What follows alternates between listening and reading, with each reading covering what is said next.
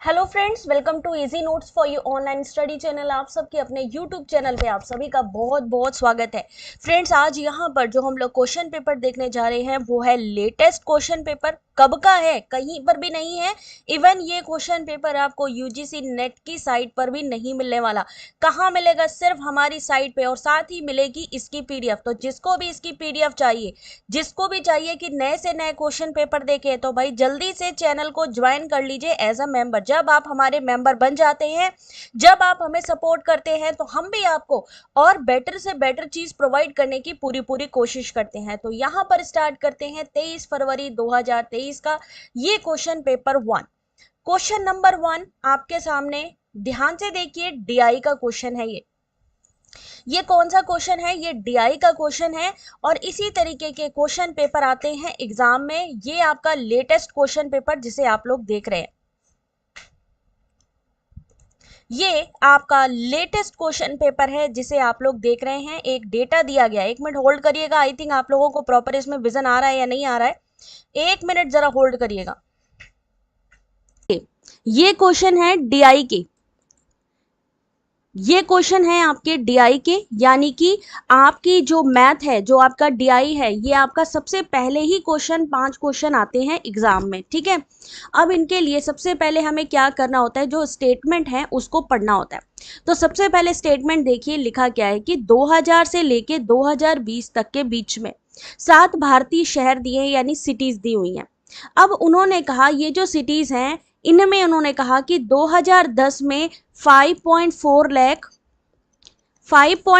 लाख यहाँ पर क्या है, रिक्तियां यानी वैकेंसी। सेम ऐसे ही 2020 की बात करें तो 2020 में कितनी रिक्तियां हैं? 8.6 लाख। ठीक है, यहाँ पे ये कहाँ दिया गया है, आप स्टेटमेंट पढ़ेंगे तो स्टेटमेंट में आपको क्लियरली ये मेंशन होगा 5.4 8.6 लाख। 2010 2020। बस अब आपको परसेंटेज निकालना है। किसका परसेंटेज निकालना है? इन्होंने कहा कि बैंगलोर शहर, सिर्फ एक शहर की बात करिए। कौन से शहर की बात करिए? बैंगलोर की, बैंगलोर की बात करिए। बैंगलोर में 2020 और 2010 में जितनी भी उपलब्ध नौकरियों की रिक्तियों की संख्या है, उनका डिफरेंस कितना है। सिर्फ आपको इन दोनों ईयर का जो डिफरेंस है बैंगलोर शहर के लिए वो बताना है। तो बैंगलोर कहाँ पे है? हमारा सबसे स्टार्टिंग में ही है। 2010 का आपको पता है 5.4। ठीक है, तो 2010 का मतलब है 5.4 लाख का 15% निकाल लीजिए। निकालना शुरू करिए। विदाउट प्रैक्टिस एग्जाम में भूल जाइए कि आप ये क्वेश्चन डीआई के सॉल्व कर पाएंगे। माइनस क्या करना है आपको 2020 का भी निकालना है। तो 2020 का कितना है? 8.6 का। 2020 में बेंगलोर शहर का कितना है? 22%। इसका निकाल लीजिए आंसर, इसका निकाल लीजिए और आपस में माइनस कर दीजिए, आपके क्वेश्चन का आंसर आ जाएगा। परसेंटेज निकालना शुरू करिए। मिकी, सामने ही मैंने इस चीज को बताया है कि कैसे सॉल्व करना है। सॉल्व करने के लिए आपको क्या करना है? 5.4 इंटू 15 कर दो, 8.6 इंटू 22 करके देखो जरा। 5.4 लाख है ना, तो 5.4 इंटू 15 कर दो, 8.6 को इंटू कर दो 22। आपस में देखो माइनस करके। अगर आपको लाख में गणना करनी होती है तो हम क्या करते हैं? इंटू कर देंगे 1। 5 बार 0 का मतलब होता है 1 लाख। सॉल्व तो करके देखिए, तभी तो समझ में आएगा। गुलनाज योगेश, योगेश का आंसर 108200। देखते हैं योगेश ने सही जवाब दिया है या नहीं। बिल्कुल सही। अगर योगेश आंसर कर सकता है तो अगर आप भी कोशिश करोगे तो आंसर कर लोगे। कितनी है? 8.6 यानी 8,60,000, 5,40,000। 2 0 यहां से काटिए, 2 0 यहां से काटिए, या फिर सीधा जो है 86 इंटू 22, 54 इंटू 15। आपके सामने ये संख्या आ जाएगी सीधा सीधा 108200।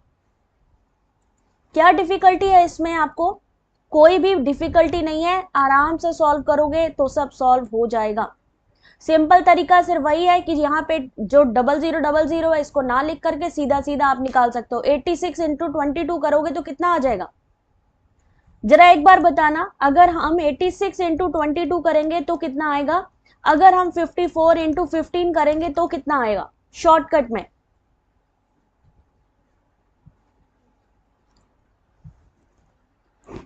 अगर हम शॉर्टकट मेथड का यूज करते हैं और हम कैलकुलेट करते हैं जल्दी, भाई हमारे पास इतना टाइम तो होता नहीं है कि वहां पे हम क्या करने बैठे, एग्जाम में इसको सॉल्व करने बैठे प्रॉपर तरीके से, तो हम वहां पे क्या सोचते हैं कि भाई जितनी जल्दी चीजों को सॉल्व कर लिया जाए। तो 86 इंटू 22 करिए, कितना हो जाएगा 1892, कितना हो जाएगा 1892। सो जो चीज आपके सामने लिखी है, फिर आप क्या करेंगे 54 इंटू 15 कर दीजिए, 54 का 15 से गुणा कर दीजिए, कितना निकलेगा 810, कितना निकलेगा 810। क्या करेंगे अब माइनस करके आंसर निकाल लेंगे 108200। क्वेश्चन नंबर 2, सेम चीज यहां पर करनी है लेकिन समझ के करनी है। किस चीज के बारे में है? सबसे पहले तो आपको हैदराबाद के बारे में पूछा गया है, हैदराबाद, ठीक है। उस सिटी में 2020 और 2010 में मिलाकर, 2020 और 2010 में मिलाकर यानी जोड़कर आपको बताना है जितनी भी वैकेंसीज हैं उनकी एवरेज। क्वेश्चन नंबर 2 को देखते हैं कौन सॉल्व करके दिखाता है। क्वेश्चन नंबर 2 आपके सामने, सबसे पहले स्टेटमेंट पढ़िए। जब स्टेटमेंट आप पढ़ोगे आपको पूरी चीजें क्लियर होती जाएंगी, और याद रखिए जो लाइव आप प्रैक्टिस करते हो ना, वो एक तरीके की इतनी अच्छी प्रैक्टिस होती है कि एग्जाम टाइम तक नहीं भूलने वाले। अब हैदराबाद, हैदराबाद देखिए कहां पे लिखा है, हैदराबाद लिखा है ये तीसरे नंबर पे, यानी कि आपको पता है कि 2010 का 5.4 था, ठीक है। तो यानी 5.4 इंटू 10%, और आपने क्या किया, क्योंकि 2020 का भी पूछा गया है, तो यानी 8.6 इंटू कितना करेंगे 8%, या सीधे सीधे 54 इंटू 10 कितना हो गया 86 इंटू 8 कर दो, और फिर क्या करना है एवरेज निकालना है इनका। क्वेश्चन नंबर 2 कितना आंसर आएगा, 2 का सी आएगा, राजपुताना 42740। चलिए देखते हैं, सही आंसर है 61400। अगर आप 54 इंटू 10 करते तब भी आपका 54 आता, 540। अगर आप ये निकालते 8.6 का 8 तो 688। आपने क्या किया, दोनों को जोड़ दिया, दोनों संख्याओं को जोड़ दिया, क्योंकि हमें 2 वर्षों के बारे में पूछा गया है, तो 2 को नीचे लिखा, डिवाइड किया, आंसर आया 61400। यस मिक्की, आता है बेटा आपको, टेंशन काय को, सिर्फ एवरेज निकालना है। सबसे इंपॉर्टेंट चीज है, आपको अगर डीआई सॉल्व करनी है तो परसेंटेज निकालना आना चाहिए। परसेंटेज निकालना, ऊपर टोटल दिया गया है, उससे आपको सीधा सा परसेंटेज निकालिए, जो क्वेश्चन पूछा गया है उसका आंसर करिए। क्वेश्चन नंबर 3 देखते हैं कितने लोग इस क्वेश्चन को सॉल्व करते हैं। 2010 में चेन्नई, चेन्नई कहां है, ये 2010 में चेन्नई यानी कि 8%, और 2020 में मुंबई यानी कि 18% में उपलब्ध नौकरियों की रिक्तियों की कुल संख्या, यानी सिर्फ टोटल बताना है। यानी आपको क्या करना है 5.4, एक मिनट भाई क्या बात है, माउस मेरा भागा जा रहा है, एक मिनट होल्ड करिए जरा सा। आपने क्या करना है यहाँ पे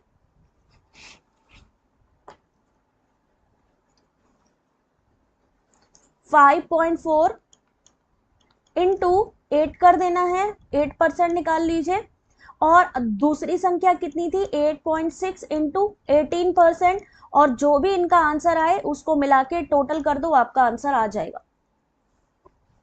गुड इवनिंग शोभा, जयश्री थोड़ा टाइम चाहिए, 13 मार्च वाला सॉल्व करेंगे बहुत जल्दी। 13 मार्च, आई थिंक मैंने 13 मार्च का करवा तो नहीं है दिया है जशोबंता, मुझे चेक करना पड़ेगा, क्योंकि हो सकता है शायद मैंने 13 मार्च का सॉल्व करवा दिया है। 22 फरवरी का भी करवा दिया है, 14 मार्च का भी कराया है, 11 मार्च का भी कराया है, मुझे चेक करना पड़ेगा। नमस्ते सुरेन, आंसर करो बेटा। अब इस क्वेश्चन में 5.4 यानी 5,40,000 का 8%, 8,60,000 का 18% निकालने के बाद उनको जोड़ दीजिए तो आपकी संख्या। सही आंसर चलिए देखते हैं क्या होगा। 1.98। जो चीज कही यहां पर सामने है 8.6, 5.4 या फिर 5,40,000, 8,60,000 निकाल लेंगे। टोटल कितना हुआ 18,000 यानी 1.98 lakh. Option number B. Question number 3 आपके सामने।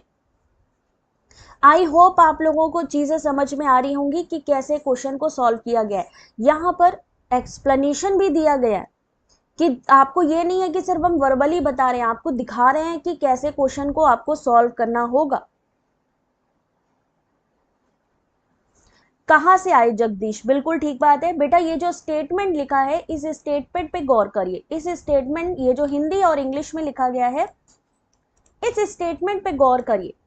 लिखा है 2010 में 5.4 लाख, 2020 में 8.6 लाख का रिक्तियां हैं या वैकेंसीज हैं। नेट में डीआई के 5 क्वेश्चंस होंगे कंफर्म।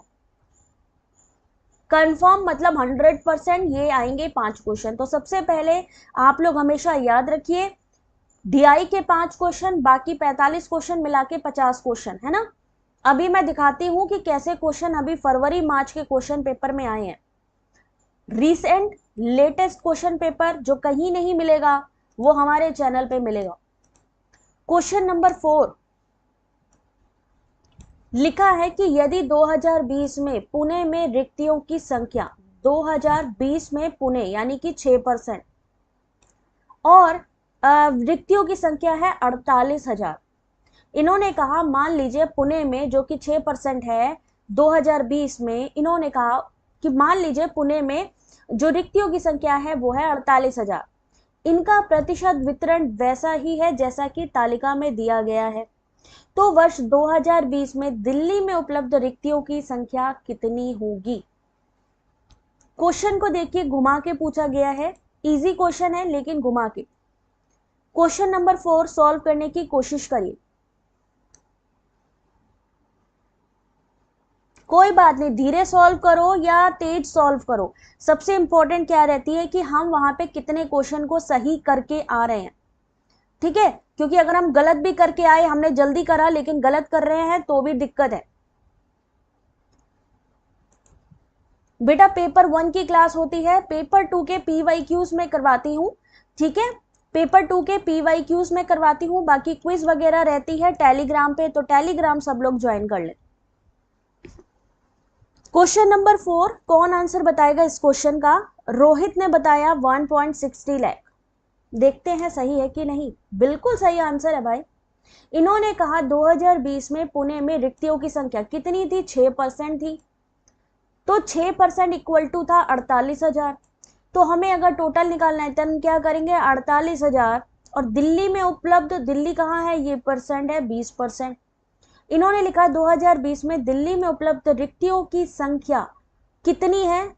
अगर इसी के आधार पर हम वितरण की बात करें तो 48,000 अपॉन 6 इंटू 20, यानी अगर हम टोटल किसको माने, इसी के आधार पर टोटल माने कि 6% इक्वल टू 48,000 है, तो हमने टोटल कैसे निकालना है? 6 का भाग दे दिया 48,000 में तो हमें पता लग जाएगा, इंटू 100 करके, इंटू 20 कर दिया क्योंकि 20% है आपके दिल्ली का। सही आंसर 1.60 लाख। क्वेश्चन नंबर 5 देखते हैं कितने लोग सॉल्व करते हैं।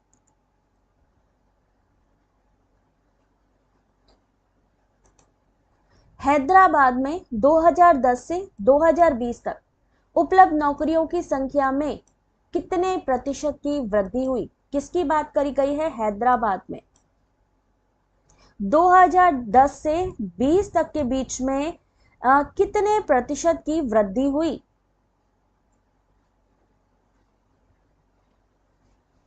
क्या करेंगे? पहले भैया 10% निकाल लो। किसका?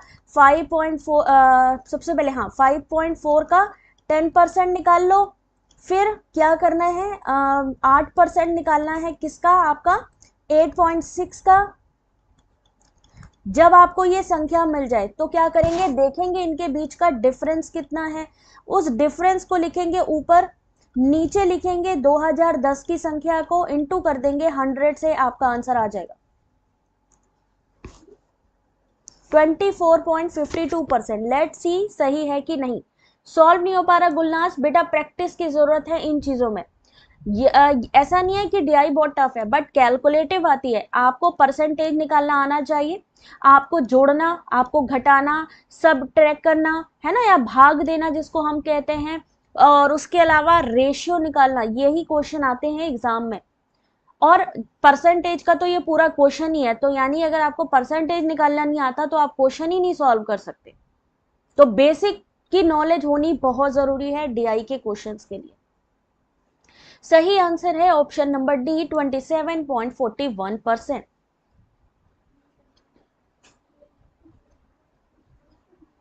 इस क्वेश्चन का सही आंसर 27.41%, यानी 2010 में हैदराबाद कितना था, 10, जिसका कि आपको पता है 5.4 लाख, यानी 5,40,000 का 10% कितना हुआ, 5,04,000, सॉरी कितना हुआ, 54,000। 2020 में हैदराबाद कितना हुआ, टोटल निकालेंगे 68,800।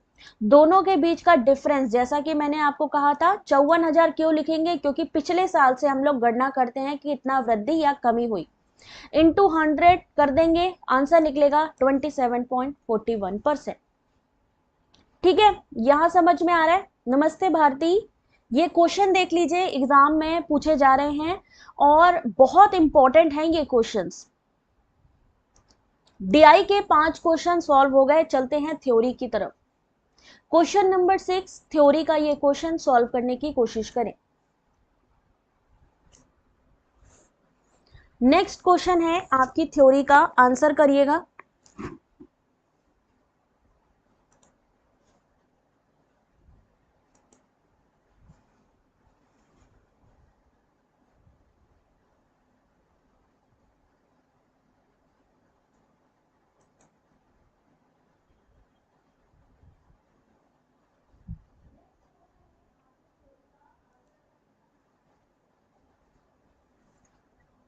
एक थ्योरी का क्वेश्चन लिखा है और आपको इस क्वेश्चन को सॉल्व करना है, जल्दी से सॉल्व करना शुरू करिए।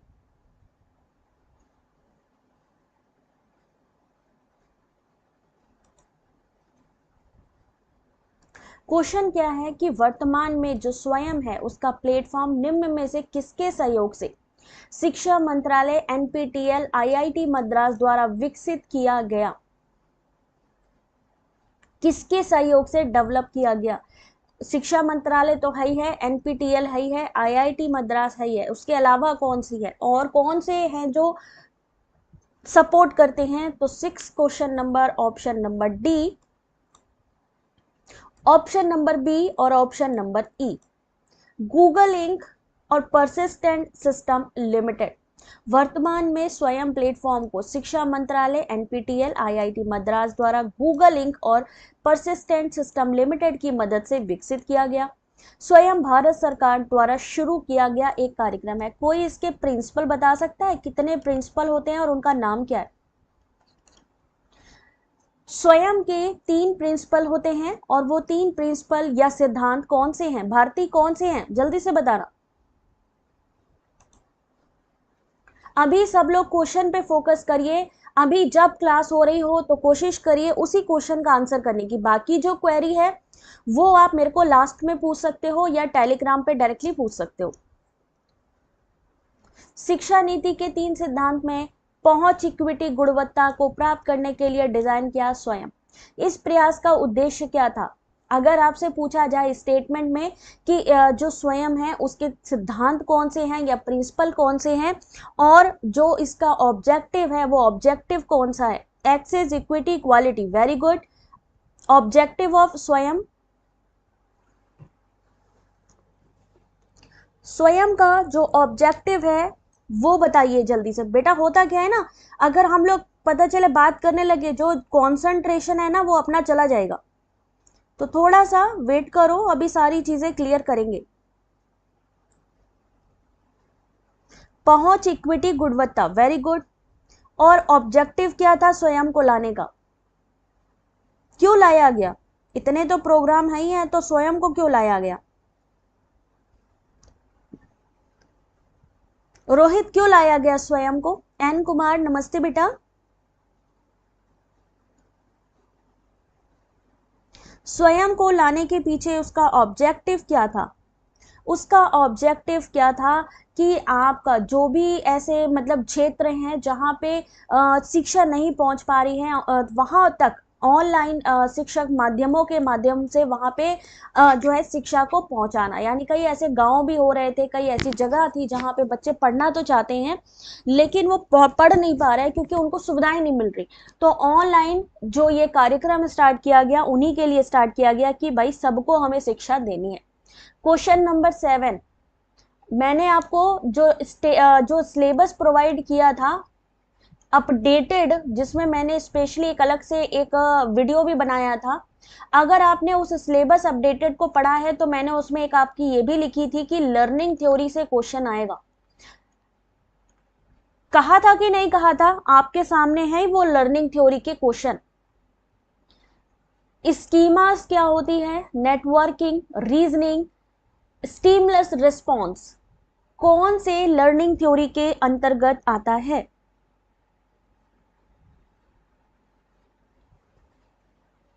क्वेश्चन नंबर 7 आप सभी के सामने। मान लीजिए एग्जाम में आ जाता है यहां से क्वेश्चन नंबर 7,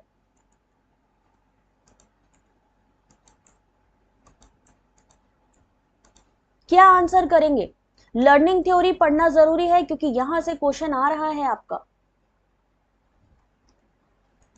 कभी ये लोग स्किनर के बारे में पूछ लेते हैं, तो कभी ये पावलोव के बारे में पूछ लेते हैं। उसके अलावा आपका मास्लो का थ्योरी है जो उसकी हायरार्की पूछी जाती है। बहुत सारे ऐसे क्वेश्चन हैं जो एग्जाम में आ रहे हैं आपके। और ये क्वेश्चन पेपर मैं आपको एक बार फिर से बता दूं, 23 फरवरी 2023 का है, शिफ्ट 1 का। याद रखिए, कुछ लोग कंफ्यूज हो जाते हैं शिफ्ट 1 शिफ्ट 2 में।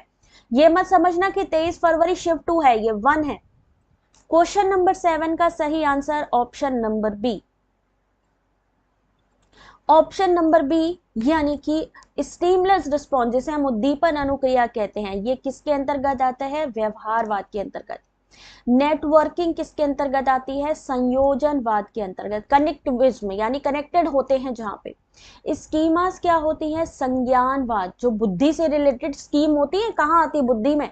रीजनिंग किसके अंतर्गत आती है? कंस्ट्रक्टिविज्म के अंतर्गत, यानी संरचनावाद के अंतर्गत। मान लीजिए अभी ये पूछ लिया, नेक्स्ट टाइम ये लोग क्या करेंगे कि बताइए कॉग्निटिज्म का जो सिद्धांत है वो किसके द्वारा दिया गया? उन्होंने पूछ लिया कंस्ट्रक्टिविज्म जो है उसका सिद्धांत किसके द्वारा दिया गया। तो ये भी आपको इस तरीके की मैचिंग को भी देखने को मिल सकता है एग्जाम में। तो ना सिर्फ लर्निंग थ्योरी, उनके प्रपोजर कौन से हैं, कौन उसके प्रस्तावक हैं, ये भी आप लोगों को लिखना जरूरी है, समझना जरूरी है। ठीक है। क्वेश्चन नंबर 8, यहाँ पे इंस्ट्रक्शनल डिजाइन, मैंने जो सिलेबस दिया था उसके अकॉर्डिंग इंस्ट्रक्शनल डिजाइन से भी क्वेश्चन आ रहा है, फुल फॉर्म आते हैं। इंस्ट्रक्शनल डिजाइन से फुल फॉर्म आते हैं, तो क्वेश्चन नंबर 8 आंसर करिए। जूली, कोई बात नहीं बेटा, आंसर करो जल्दी से इस क्वेश्चन का। और लाइक करते रहो भाई वीडियो को, कंटिन्यू स्टिकर्स आने चाहिए आप लोगों के, लगना चाहिए कि क्लास चल रही है और आप लोग एंजॉय कर रहे हो। पियाजे, साइको गेमिंग पियाजे किसके हैं? याद रखिए, आपका जो नया सिलेबस है, जो कि अभी हालांकि यूजीसी नेट ने 2019 के बाद में सिलेबस अपडेट नहीं किया, लेकिन मैंने एक सिलेबस अपडेटेड का वीडियो बनाया था, साथ ही पीडीएफ भी प्रोवाइड की थी। उस सिलेबस के आधार पे तैयारी करिए। वहां पे आपके सामने मैंने कहा भी था कि इंस्ट्रक्शनल डिजाइन से क्वेश्चन पूछा जा रहा है, फुल फॉर्म आ रहे हैं, तो यहां से फिर से आएंगे, तो इसलिए इंस्ट्रक्शनल डिजाइन को पढ़ना जरूरी है। क्या होता है, पढ़ लीजिए जरा एक बार। शिक्षण की अनुदेशात्मक अविकल्प मॉडल अश्योर में अक्षर आर का, इन्होंने किसके बारे में पूछा था? इस आर का मतलब पूछा था कि क्या होता है। तो रिक्वायर लर्नर पार्टिसिपेशन, प्रतिभागिता की अपेक्षा आवश्यकता के लिए अश्योर का प्रयोग किया जाता है। किसके लिए अश्योर का प्रयोग करते हैं? अधिगमकर्ता की प्रतिभागिता की अपेक्षा या आवश्यकता, रिक्वायर लर्नर पार्टिसिपेशन के लिए। अश्योर में ए का मतलब है एनालाइज लर्नर, एस का मतलब है state goal and objective, S for select method and media, U for utilize media and technology, E for evaluate and revise the blended learning strategies. Instructional design, अनुदेशात्मक अभिकल्प, model. हमारे लिए instructional का क्या मतलब होता है? दो चीज आती है आपकी, लर्निंग आती है, इंस्ट्रक्शनल आता है। लर्निंग होता है कोई चीज सीखना, इंस्ट्रक्शनल का क्या मतलब होता है? किसी को इंस्ट्रक्शन देते हुए किसी की स्किल को डेवलप करना। तो इन दोनों के बीच डिफरेंस भी आता है, व्हाट इज लर्निंग और what is instructional. Instructional learning तो ये है, ठीक है। क्वेश्चन नंबर 9, मैं थोड़ा एक बार जूम करती हूं तो क्वेश्चन को एक बार पहले पढ़ लीजिए और याद रखिए, अगर आपको लगता है कि यार ऐसे क्वेश्चन तो बड़े डिफिकल्ट लग रहे हैं तो ऐसे ही क्वेश्चन एग्जाम में देखने को मिलेंगे। अभी तक आप केस स्टडी पढ़ रहे हैं, अब यहाँ पे क्या है? स्टेटमेंट 1 में समन्वेशी प्रकरण केस अध्ययनों का प्राथमिक कार्य, मुख्य अन्वेषण कार्य से पहले प्रश्नों को चिन्हित करना और मापन के प्रकारों का चयन करना।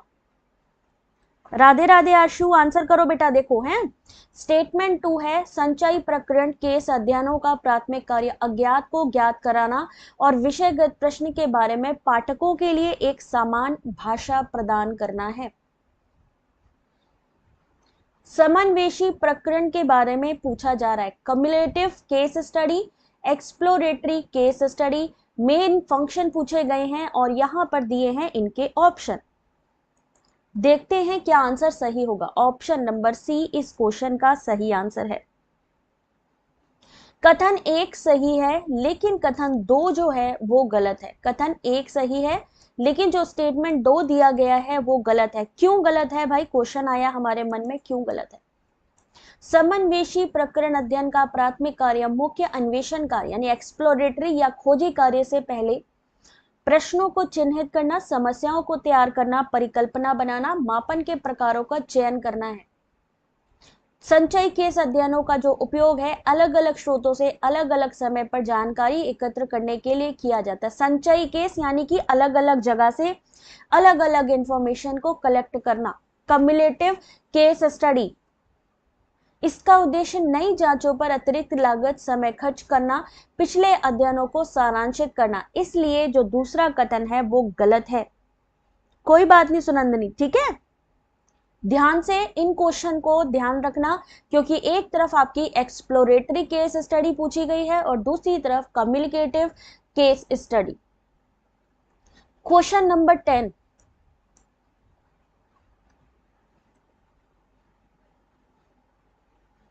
आपके सामने है क्वेश्चन नंबर 10, आंसर करिएगा। स्वयं प्रभा शिक्षा मंत्रालय की एक पहल है, सही है कि गलत? दूसरा स्टेटमेंट कि डीटीएच चैनल स्वयं प्रभा में कार्यक्रमों के प्रसारण के लिए इनसेट 30 उपग्रह का उपयोग करते हैं।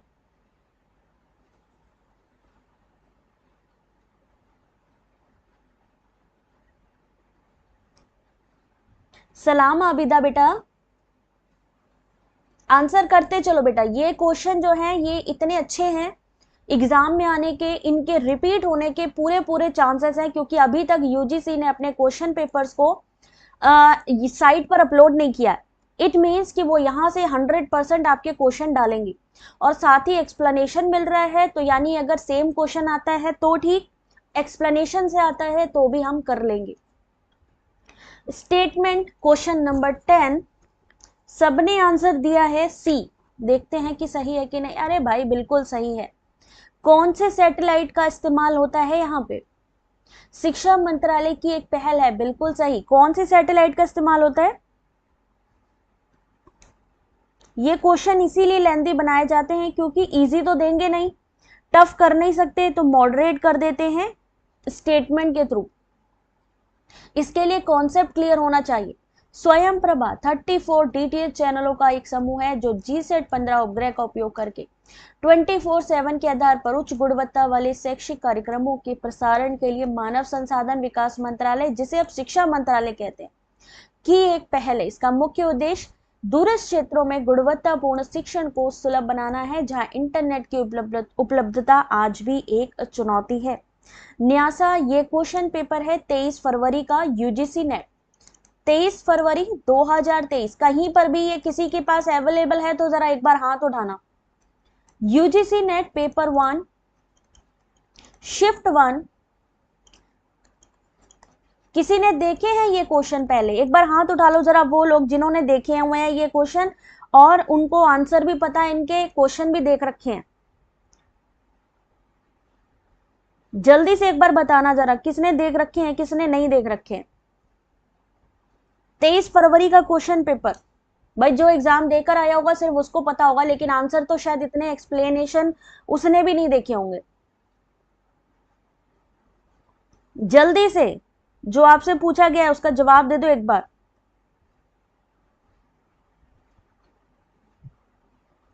ममता कहीं देखे हैं? दीपशिका पार्थ एजुकेशन में है, चलो वेरी गुड, अच्छा पढ़ाते हैं वो लोग भी। ठीक है, बहुत ही रेयर केस में है किसी किसी के पास अवेलेबल, रेयर केस में। तो जो चीज आपको मिल रही है ना, तो उस चीज का आप लोग बहुत ध्यान रखें, उसको अच्छे से समझे कि यार ये चीज हमारे लिए की गई है और उसको हमें अप्रिशिएट करना है, उसको हमें समझना है, हमारे लिए ये करी गई है चीज, है ना। तो क्वेश्चन नंबर 11 आपके सामने, हाइपोथेसिस से एक क्वेश्चन।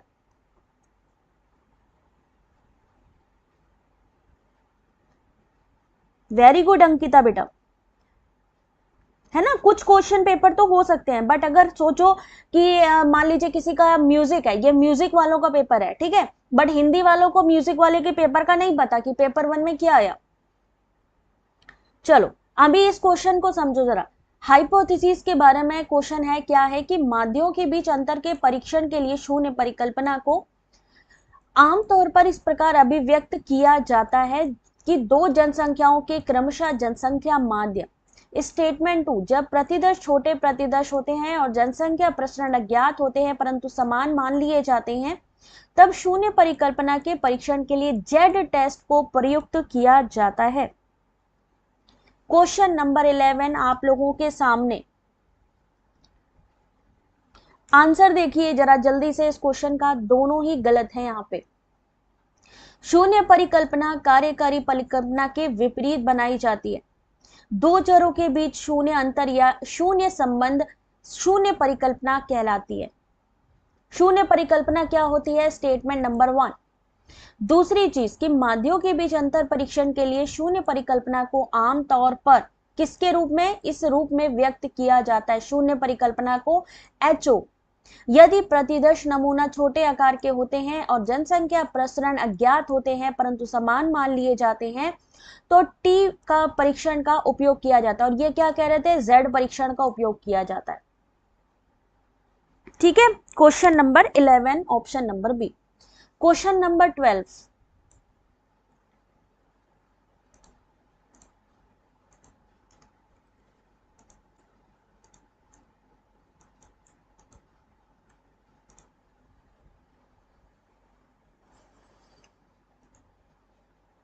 यदि एक शोधकर्ता जनसंख्या से प्रतिदर्श का चयन यानी सैंपल का चयन इस तरीके से करना चाहता है कि लक्ष्य जनसंख्या में प्रत्येक सदस्य को प्रतिदर्श चयन में समान अवसर प्राप्त होता है, तो इस प्रकार का जो शोध का सैंपल है, या हम उसको कह सकते हैं कि जो सैंपल लिया उसने वो कौन सा एग्जाम्पल है, किसका एग्जाम्पल है।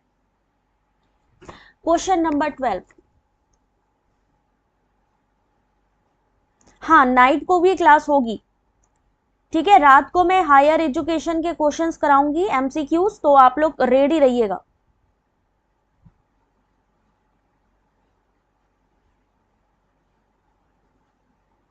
क्वेश्चन नंबर 12 जल्दी से आंसर करें।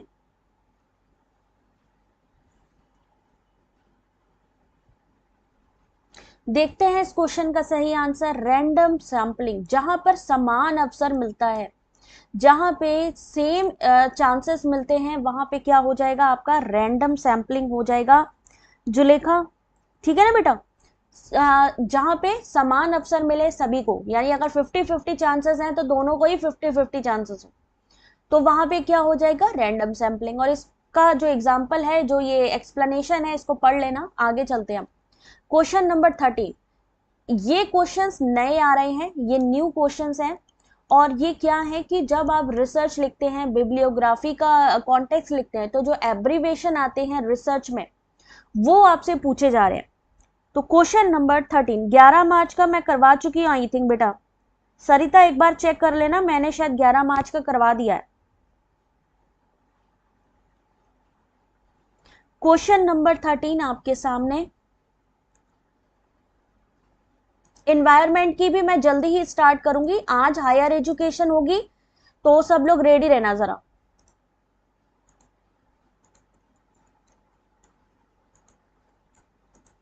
चीजें क्लियर करती जाऊंगी, एमसीक्यूज वगैरह भी साथ में लेते हुए, जिससे कि कोई चीज छूटे नहीं।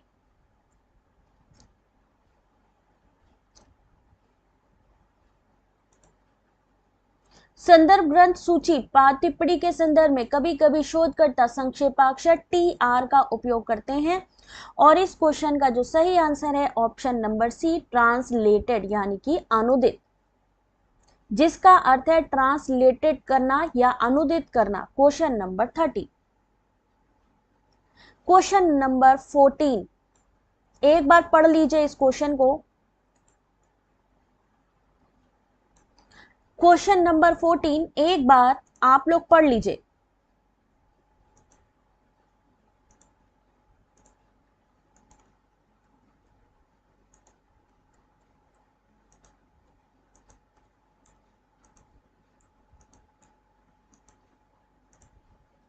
मात्रात्मक शोध विशिष्टता अधिक संरचित होता है, जबकि गुणात्मक शोध में शोध उपागम निरपवाद रूप से असंरचित होता है।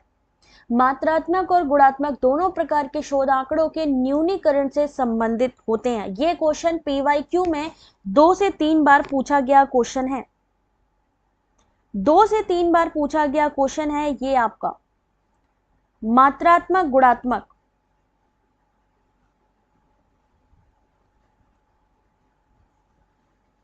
चलिए देखते हैं क्वेश्चन नंबर 14, करेक्ट आंसर है ऑप्शन नंबर 1, यानी कि ये दोनों ही सही है।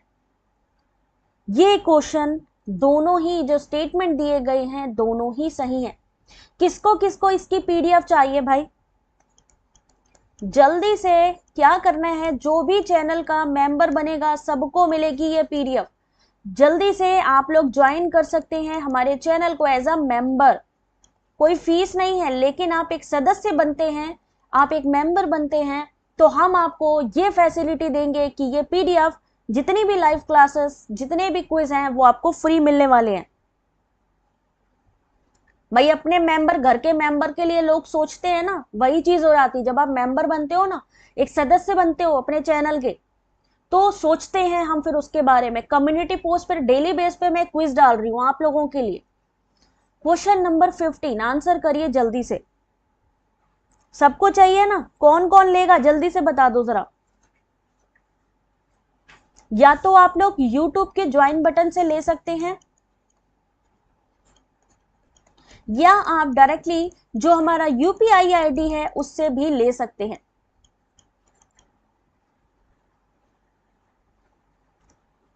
आंसर करिए क्वेश्चन नंबर 15 आपके सामने।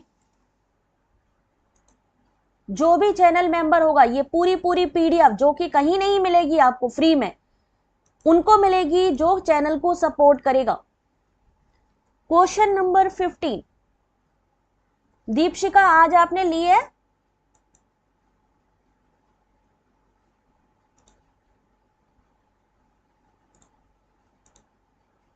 चलिए क्वेश्चन नंबर 1 देख सकते हो कितने लोगों के नाम चेंज हो चुके हैं, अलग अलग कलर्स में हो चुके हैं। और ये वो हैं जो हमारे चैनल के बहुत ही इंपॉर्टेंट सदस्य बन चुके हैं। तो देखिए क्वेश्चन नंबर 15 करेक्ट आंसर क्या होगा। राधे राधे चित्रा, आंसर करो बेटा। यूपीआई आईडी मैं अभी शेयर कर देती हूँ बेटा, अभी शेयर करती हूँ, पहले आंसर देख लो सबके। ऑप्शन नंबर 1, 1 वर्ष की अवधि के लिए संशोधित पांडुलिपि जमा करने से वर्जित कर दिया जाएगा। एक विद्यार्थी विश्वविद्यालय अनुदान आयोग के विनियमों के अनुसार अपने शोध प्रबंध, लघु शोध प्रबंध में साहित्य चोरी के स्तर 2 का अपराध करता है। अब एक चीज और देखिए, यहाँ पे आपसे जो क्वेश्चन आ रहे हैं साहित्यिक चोरी से क्वेश्चन आ रहे हैं कि पहले क्या होता था कि साहित्य चोरी होती क्या है, अब आते हैं साहित्य चोरी के लेवल, और अब इनके जितने भी लेवल हैं 1 2 3 इनको पढ़ना शुरू कर दीजिए। यहाँ पे लेवल 2 की बात करी गई है कि लेवल 2 के अकॉर्डिंग उसको क्या दंड दिया जाएगा। तो ऑप्शन नंबर 1, जो साहित्यिक चोरी का स्तर है 2, उसमें 40 से 60% तक समानताओं का अपराध किया जाता है कि समान है, किसी कंटेंट से मिलता जुलता है। किसके तहत? विनिमय 2018 के तहत साहित्यिक चोरी से क्वेश्चन आता है। क्वेश्चन नंबर 16,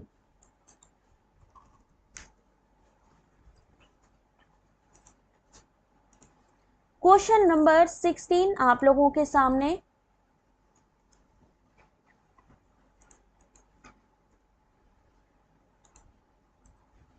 जल्दी से वीडियो को लाइक शेयर जरूर कर दीजिए, क्योंकि जितने भी बच्चे हैं वो सारे के सारे देख सके कि कैसा क्वेश्चन इस समय आ रहा है एग्जाम में। पियरे बोर्दियू के अनुसार संप्रेषण के माध्यम से सांस्कृतिक पूंजी से निम्नांकित प्राप्त होता है। अब ये पियरे बोर्दियू कौन है भाई?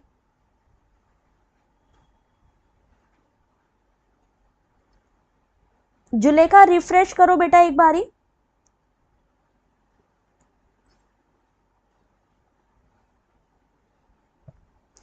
रोहित ने कहा है सोशियो कल्चरल बेनिफिट, बिल्कुल सही है, बिल्कुल सही है। पियरे बोर्दियू एक फ्रांसीसी समाजशास्त्री हैं जिन्होंने प्रमुख रूप से ज्ञान, संस्कृति, शक्ति के बीच पाए जाने वाले संबंधों का अध्ययन किया। पियरे बोर्दियू के अनुसार संप्रेषण के माध्यम से सांस्कृतिक पूंजी से सांस्कृतिक लाभ, शिष्टता, शैक्षणिक क्षमता, जीवन शैली, नैतिकता की प्राप्ति होती है। उनके अनुसार पूंजी को 4 भागों में विभाजित किया गया है: आर्थिक पूंजी, सामाजिक पूंजी, सांस्कृतिक पूंजी और प्रतीकात्मक पूंजी। यानी कि मान लीजिए कि अगर इन्होंने पियरे बोर्दियू का अभी तो पूछ लिया सोशियो कल्चर बेनिफिट, कल को पूछ लिया कि उनकी पूंजी को कितने भागों में विभाजित किया, तो सिर्फ एक क्वेश्चन नहीं, एक्सप्लेनेशन के थ्रू आप इससे रिलेटेड 4 से 5 क्वेश्चन और सॉल्व कर सकते हैं। दैट इज वाई कि यहां पर ये क्वेश्चन आता है। साहित्यिक चोरी पे मैं करवाती हूँ बेटा, ठीक है। मैंने हालांकि PYQ में आपको तीनों स्तर बताए हुए हैं, लेकिन मैं फिर भी आपको इसके बारे में जल्दी ही बताती हूँ बेटा, ठीक है। चलो, अंतर व्यक्तिक संप्रेषण प्रायः इस रूप में किया जाता है। क्वेश्चन नंबर 70,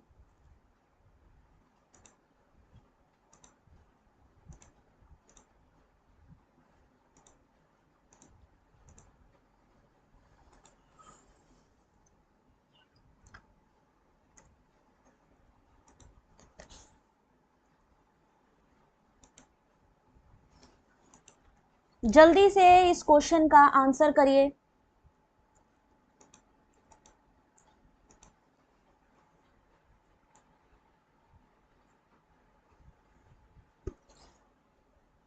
अंतरव्यक्तिक होता क्या है? अंतरव्यक्तिक का मतलब क्या होता है? कितने टाइप का होता है कम्युनिकेशन?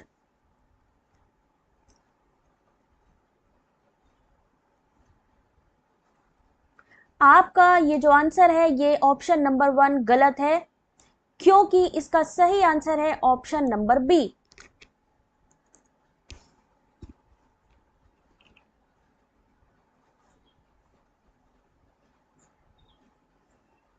क्या आंसर होगा इसका? Option number B. आपने ए क्यों कहा भाई? कराटे गुरु ए क्यों बोला बेटा? सही आंसर ऑप्शन नंबर बी होगा।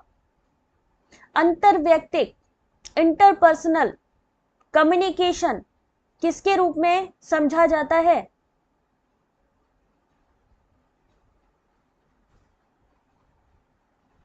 प्रणाम बेटा, खुश रहो। जूली क्या आंसर होगा? जुल्फिकर ने कहा है नहीं मैम ऑप्शन ए ही होगा। कितने लोगों को लगता है ऑप्शन ए ही होगा?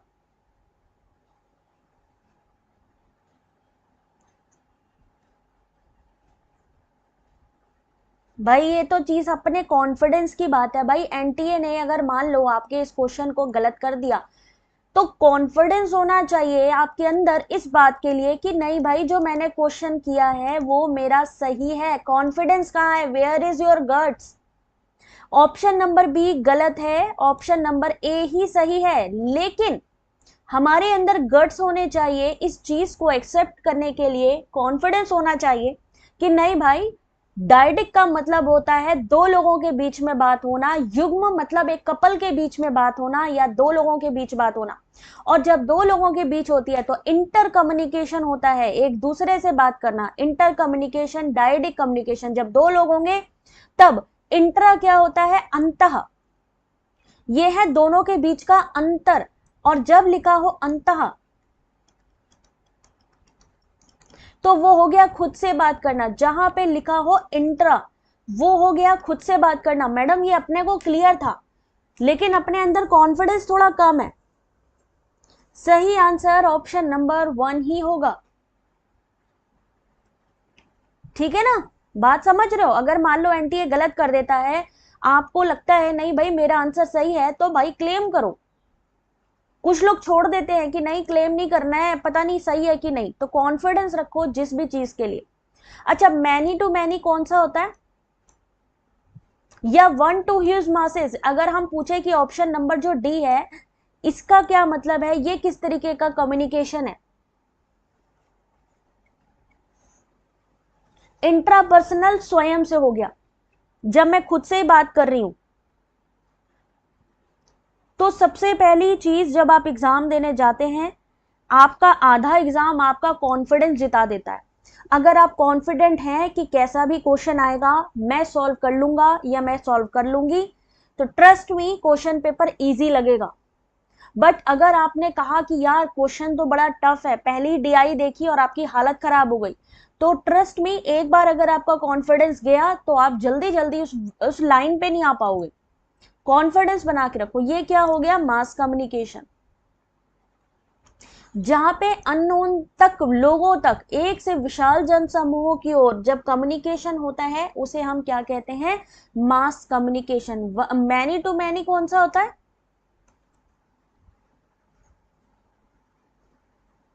Many to many mass communication होता है। तो फिर ये क्या होता है? जनसंपर्क या जन मीडिया किसको कहते हैं भाई?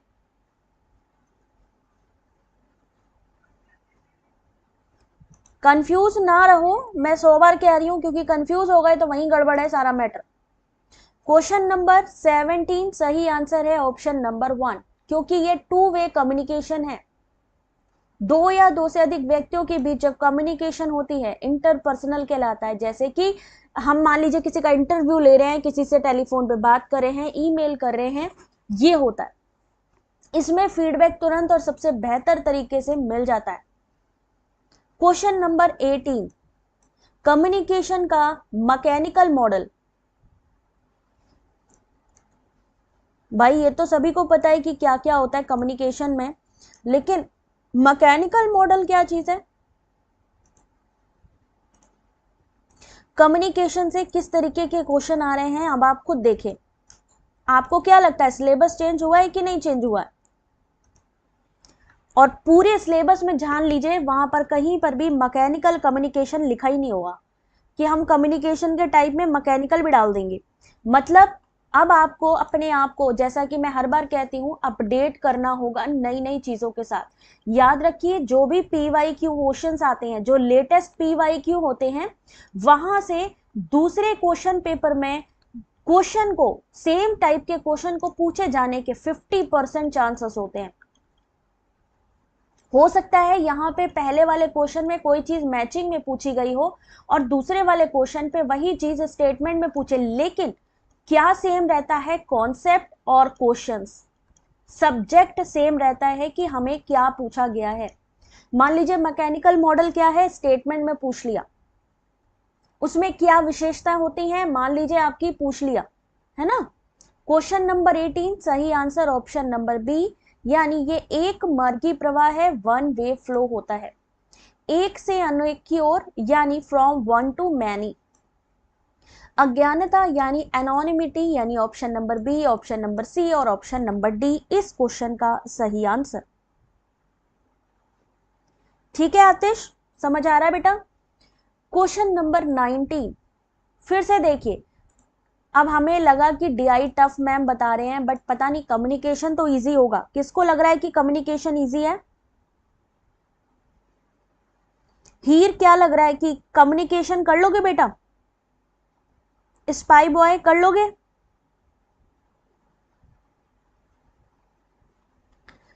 पहला स्टेटमेंट है कि संप्रेषण में संकेत विज्ञान में इसका वर्णन करने का उद्देश्य होता है कि अर्थ कैसे निकाला जाता है, और दूसरी चीज कहा जाता है कि संकेत विज्ञान ये मानता है कि अर्थ किसी प्रेक्षक की मानव निर्मित होती है।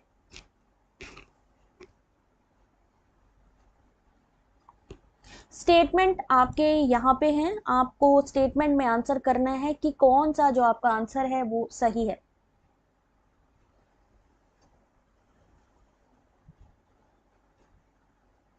अगर आता होगा, कॉन्सेप्ट क्लियर होगा तो सब इजी लगेगा, और आता होगा तभी कॉन्फिडेंस भी होगा। ये भी समझ लो, अगर कॉन्फिडेंस है कि हमें आती है चीज तो हमें वही चीज इजी लगेगी। क्वेश्चन का सही आंसर ऑप्शन नंबर 1, दोनों ही सही है। संकेत विज्ञान प्रतीकात्मक संचार के उपयोग का अध्ययन है। संकेत विज्ञान में संकेत, इशारे, अन्य भाषाई, गैर भाषाई संचार विधियां शामिल होती हैं। किसमें? सेमियोटिक्स या साइन लैंग्वेज।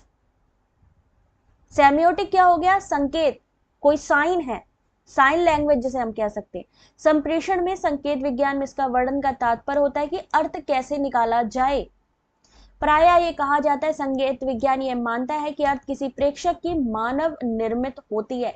जैसे कि ट्रैफिक लाइट, ट्रैफिक लाइट में जो लाइट्स होती हैं वो बनी होती है, रेड बनी होती है, ग्रीन बनी होती है, येलो बनी होती है। तो उसको देख करके आपको पता लगता है कि ट्रैफिक में हमें आगे जाना है, रुक जाना है या रेडी हो जाना है। तो ये क्या चीज आता है? ये किसके अंतर्गत आता है? आपके साइन या सेमियोटिक्स के अंतर्गत आता है। ठीक है ना? किसी चीज को देख के, किसी संकेत इशारे को देख करके आप उसको समझने का प्रयास करते हैं। क्वेश्चन नंबर 20 फिर से देखिए, कम्युनिकेशन का एक और क्वेश्चन।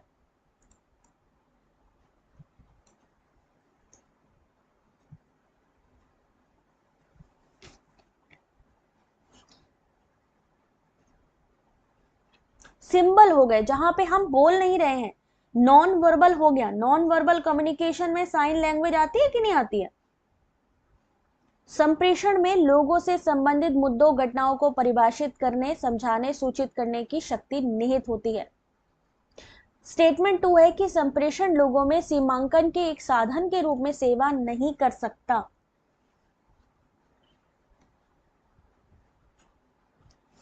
ओ, एक मिनट, शीट चली गई थी। Option A, B, C, D.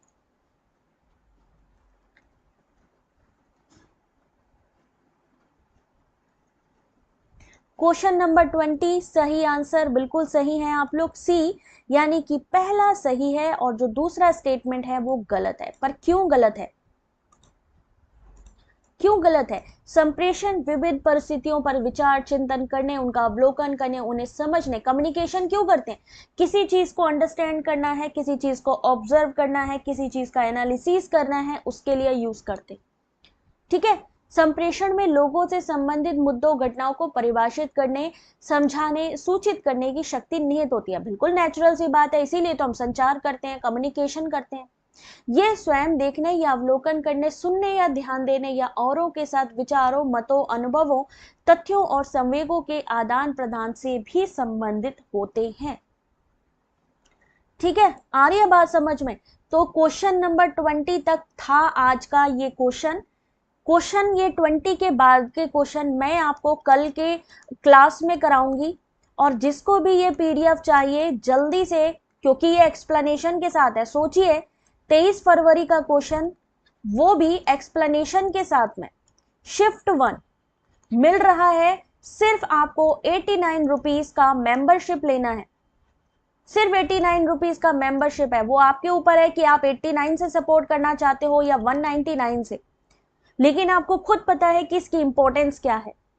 ठीक है, तो अब होगी रात को क्लास, जल्दी से मेंबरशिप ले लें जिससे कि पीडीएफ आपको प्रोवाइड हो सके प्रॉपर, और भी जितनी भी पीडीएफ है मैं आपको प्रोवाइड कर सकूं। अब लेंगे रात को 9 बजे क्लास, 9 बजे या 8:30 बजे, ठीक है, जैसा भी मेरे को कन्वीनियंट लगेगा, जिसमें मेरे को टाइम प्रॉपर मिलेगा। तब तक के लिए अपना ध्यान रखना है, क्लास का फीडबैक आपने देना है, शेयर करना है ज़्यादा से ज़्यादा लोगों तक, जिससे कि वो लोग भी आराम से क्लास को देख सके। आई होप कि ये चीज़ें, हाँ कल जो रहेगी ऐसा ही टाइम रहेगा 4 बजे के करीब, ठीक है, 4 बजे के करीब कल भी हम कोशिश करेंगे क्लास लेने की, और रात को 9 बजे, ठीक है, कोशिश होगी कि एग्जाम तक कम से कम 2 क्लासेस तो हुई हो। तब तक अपना ध्यान रखें, कोई भी चीज़ ना समझ में आ रही हो पूछ सकते हैं, और सपोर्ट करिए, क्योंकि जितना आप दूसरों को सपोर्ट करते हो, ट्रस्ट में भगवान उतना ही आपको सपोर्ट करता है। ठीक है, चलिए, God bless you, thank you, take care, God bless you.